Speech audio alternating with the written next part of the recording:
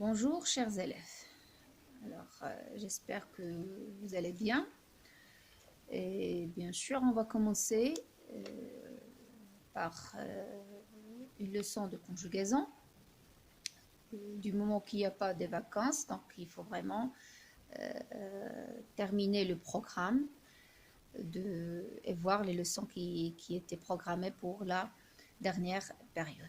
Alors, je vais commencer par une leçon de conjugaison et on va voir aujourd'hui le mode subjonctif.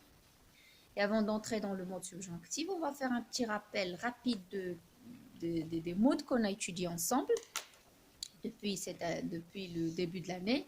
Si vous vous rappelez très bien, nous avons vu jusqu'ici et étudié ensemble trois modes. On a vu bien sûr, on a parlé de tous les modes, mais on a traité en détail trois modes. On a traité le mode indicatif avec les temps qu'il contient. On a vu que le mode indicatif se compose de 8 temps, 4 temps simples, 4 temps composés. Vous les connaissez très bien. Présent, passé composé, futur simple, futur antérieur, passé simple, passé antérieur et imparfait, plus que parfait. On a vu aussi le mode impératif qui est composé de 2 temps, le présent et le passé. Et on a terminé avant cette situation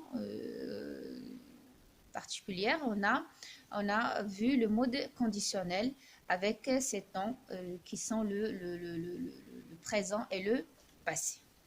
Aujourd'hui, on va voir le quatrième mode qui est aussi un mode très important à étudier, à savoir, à connaître, c'est le mode subjonctif. Et nous l'avons vu au début de l'année, si vous vous rappelez très bien, lorsqu'on a traité les temps et les modes comme leçon de conjugaison. On a parlé de tous les modes, on a dit que le mode subjonctif, c'est un mode qui contient, bien qui est composé dans ce mode, on trouve 4 temps. 2 temps simples qui sont le présent et l'imparfait, et 2 temps composés, le passé et le plus que parfait de subjonctif, bien sûr. Et on a dit que pour le subjonctif imparfait plus que parfait, donc ils ont un emploi qui est très particulier, voire même on commence à ne plus les employer. Voilà pourquoi notre leçon, elle sera vraiment basée sur cette partie qui est le conditionnel, qui est le subjonctif présent et le subjonctif passé. Bien sûr, pendant cette partie de la leçon, on va commencer par le subjonctif présent et on va laisser le subjonctif passé pour une deuxième partie de la leçon qu'on va enregistrer par la suite. Alors, donc, on va commencer par savoir et par étudier pour avoir une idée de la conjugaison du présent du subjonctif. Alors, au subjonctif présent, il faut savoir qu'il y a une conjugaison quand même particulière à ce mode. Si on prend être et avoir, pour être et avoir, ils ont une conjugaison particulière. Bien sûr, si vous prenez votre texto, la page 292, vous allez trouver être et avoir, vous allez trouver ces deux verbes, mais je tiens quand même à les voir avec vous sur cette vidéo. Alors, pour le verbe avoir, donc que j'ai, que tu es, qu'il est, nous ayons, que vous ayez, qu'ils aient. Et bien sûr, on le sait très bien, le subjonctif, au subjonctif, donc la conjugaison du subjonctif, il y a toujours le verbe, bien la forme verbale est toujours précédée par le que qui marque ce mode qui est le subjonctif. Pour le verbe être, alors la conjugaison du verbe être au subjonctif présent, c'est la suivante. Que je sois, que tu sois, qu'il soit, que nous soyons, que vous soyez, qu'il soit. Voilà. Donc, il faut garder dans la tête que ces deux verbes, ils se conjuguent d'une manière particulière par rapport aux autres verbes. Et si on prend les verbes du premier groupe au subjonctif présent, ils ont tous la même conjugaison. Il suffit de savoir conjuguer un seul verbe du premier groupe pour pouvoir conjuguer tous les autres verbes du premier groupe. Donc, il faut savoir que les verbes du premier groupe, ils gardent le même radical. C'est-à-dire, si je prends par exemple ici le verbe parler. Alors, qu'est-ce que je vais faire? Je vais tout simplement enlever ER, d'accord, qui est la terminaison de l'infinitif. Et qu'est-ce que j'aurai ici? J'aurai le radical. À ce radical, je vais ajouter une terminaison qui ne change pas. C'est E, ES, E, IONS, IEZ et ENT. Et j'aurai la conjugaison suivante, que je parle, que tu parles, qui parle, qu'elle parle, que nous parlions, que vous parliez, qu'il parle. Et c'est la même chose pour tous les verbes du premier groupe. Si vous prenez le verbe chanter, que je chante, que tu chantes, qui chante, que nous chantions, que vous chantiez, qui chante, c'est la même chose. Vous enlevez l'infinitif, le ER de l'infinitif, et vous ajoutez la terminaison du subjonctif, E, ES, E, IONS, IEZ et ENT. Pour les verbes du deuxième groupe, c'est presque la même chose. Si on prend par exemple le verbe finir, alors on fait quoi? Tout simplement, on enlève le R, d'accord? Qu'est-ce qui reste? Il reste le radical, c'est fini, d'accord? Et à ce radical, j'ajoute bien sûr deux S, que je dois ajouter, d'accord? Donc finissent, deux S. Vous le voyez, donc la partie qui me reste du verbe, donc si j'enlève R, il reste fini. À ce radical, j'ajoute deux S pour toutes les personnes.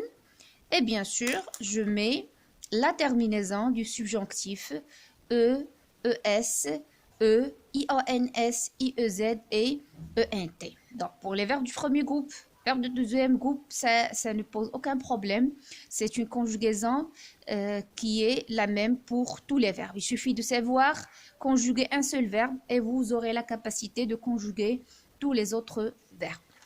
Le problème se pose surtout pour les verbes du troisième groupe. C'est là où on a vraiment un petit problème.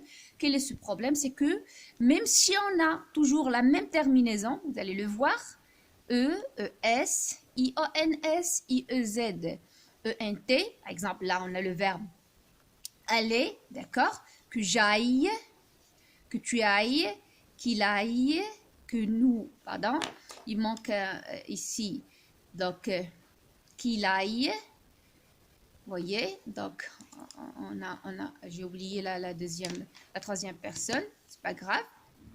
Alors, qu'il aille, qu'elle aille, que nous allions, que vous alliez, qu'ils aillent. Donc, si vous l'avez remarqué, c'est la même terminaison qu'on a vue pour le premier et deuxième groupe.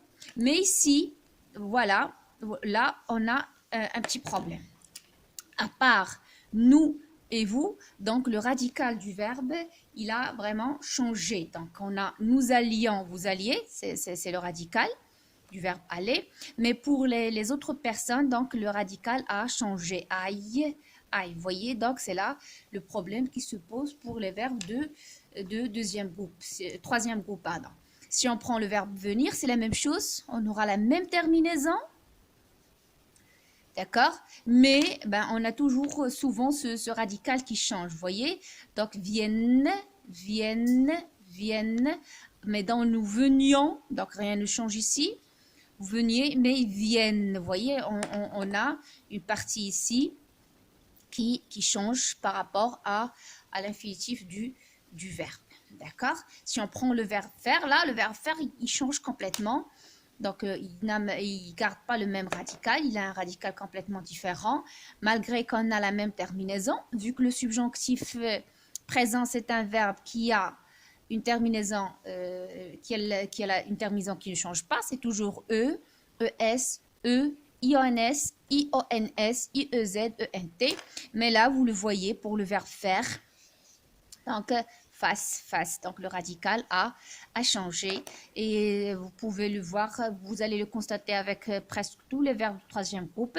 Si on prend par exemple le verbe pouvoir, que je puisse, que tu puisses, qu'il puisse, vous voyez, il change pas mal de verbes. Si vous prenez par exemple le verbe partir, que je partais, que tu partais, qu'il parte, que nous partions, que vous partiez. Donc, il faut faire attention avec les verbes troisième groupe. Donc, vous devez vraiment maîtriser et savoir conjuguer des fois chaque verbe tout seul. Mais il y a des verbes qui ont la même conjugaison. Par exemple, si on prend venir, on aura la même conjugaison pour tenir, pour retenir, pour revenir, devenir, c'est-à-dire les verbes qui ont presque la même forme du verbe. Alors, pour conclure cette première partie, il faut vraiment garder dans la tête deux choses, que le subjonctif c'est un mode. C'est un mode qui est utilisé, il a des emplois qu'on va voir dans la troisième partie de la leçon, bien sûr dans le troisième enregistrement. Alors, il faut garder surtout que les terminaisons sont toujours les mêmes, quelle que soit la personne, quel que soit le groupe du verbe. On a toujours la même terminaison pour le subjonctif présent, E, ES, E, IONS, IEZ, ENT. Pour les verbes du premier groupe, nous l'avons dit, et le deuxième groupe, on a le même radical et la même terminaison. Par contre, pour les verbes du troisième groupe, donc on a la même terminaison, c'est vrai, parce que c'est un temps qui ne change pas. Le subjonctif présent, c'est un temps qui ne change pas de terminaison, mais le radical change souvent. Voilà, c'est tout pour cette première partie. Et on va terminer la prochaine fois avec le subjonctif passé. Et on va voir les différents emplois du mode subjonctif. Voilà, d'ici là, bon courage et au revoir.